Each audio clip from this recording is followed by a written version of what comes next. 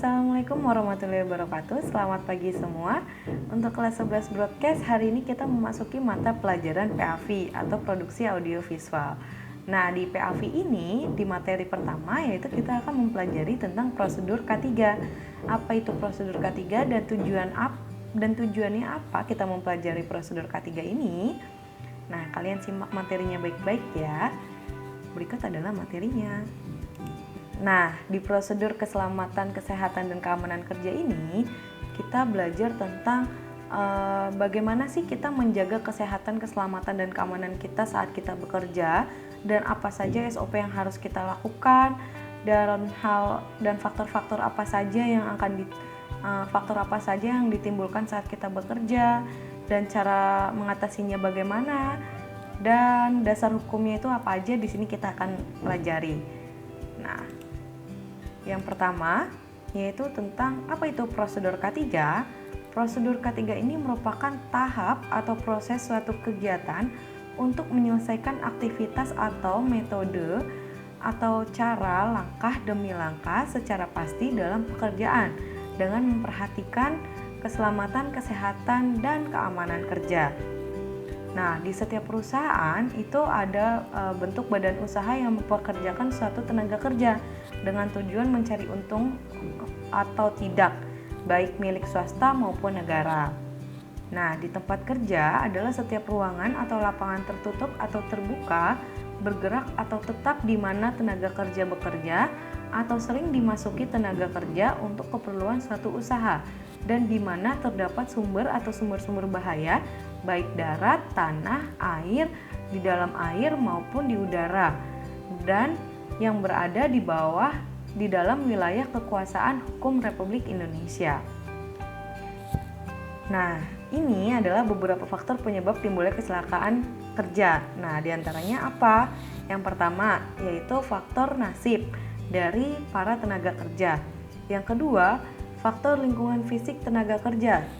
Nah, contohnya nih kayak mesin, gedung, ruang, atau peralatan. Yang ketiga yaitu faktor kelalaian manusia. Dan yang terakhir yaitu faktor ketidakserasian kombinasi faktor-faktor produksi yang dikelola dalam perusahaan.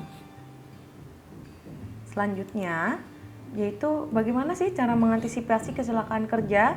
Nah, yang pertama di sini yaitu kalian harus menerapkan prosedur bekerja sesuai dengan SOP. SOP itu yaitu standar operasional prosedur.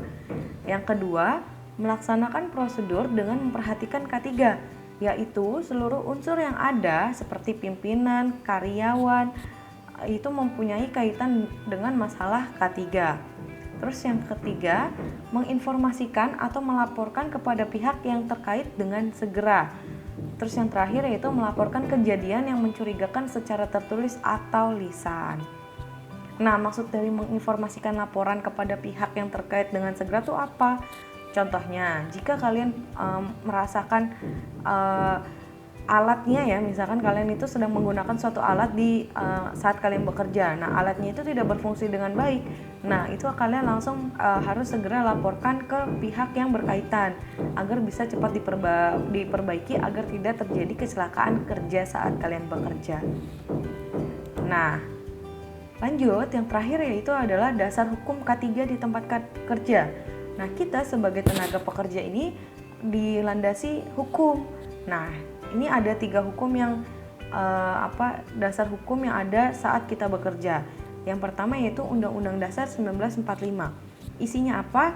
Yaitu tiap-tiap warga negara berhak atas pekerjaan dan penghidupan yang layak bagi kemanusiaan.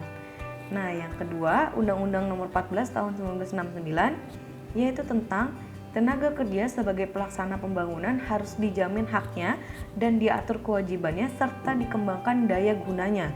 Dan yang terakhir di Undang-Undang Nomor 1 Tahun 1970 tentang keselamatan kerja, isinya yang pertama, tempat di mana dilakukan pekerjaan bagi suatu usaha.